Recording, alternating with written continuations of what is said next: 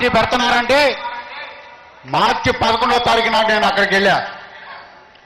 ఆయన భుజం మీద చేసి నీలాంటి యువకులు కావాలి, రావాలి, రండి అని చెప్పి ఆహ్వానించారు. మార్చి 21న ప్రాంతీయ పార్టీ పెడతానని చెప్పి అనౌన్స్ చేసినప్పుడు నాతో పాటు మహారథి, నేను, కోట శ్రీనివాసరావు అన్నయ్య, కోట నరసింహారావు, భాస్కర్ గారు, రామారావు గారు ఉండేలా రామారావు గారు ప్రాంతీయ పార్టీ పెడతానని చెప్పి అనౌన్స్ చేయడం జరిగింది. అదేవిధంగా 1982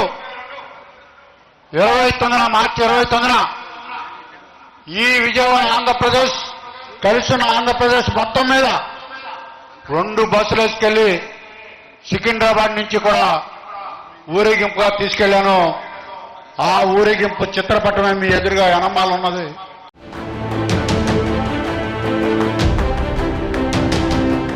నా కంఠంలో ప్రాణం ఉండగా ఒక నాయకుడికి బైండ్ అయ్యానంటే, ఒక కమిట్మెంట్ ఇచ్చానంటే ఆ ప్రాణాన్ని దారపోస్తానని చెప్పేసి నేను చెప్తున్నా.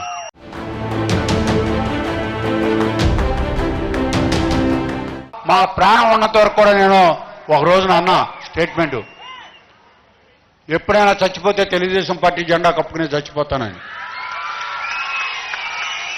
93లో అన్నా.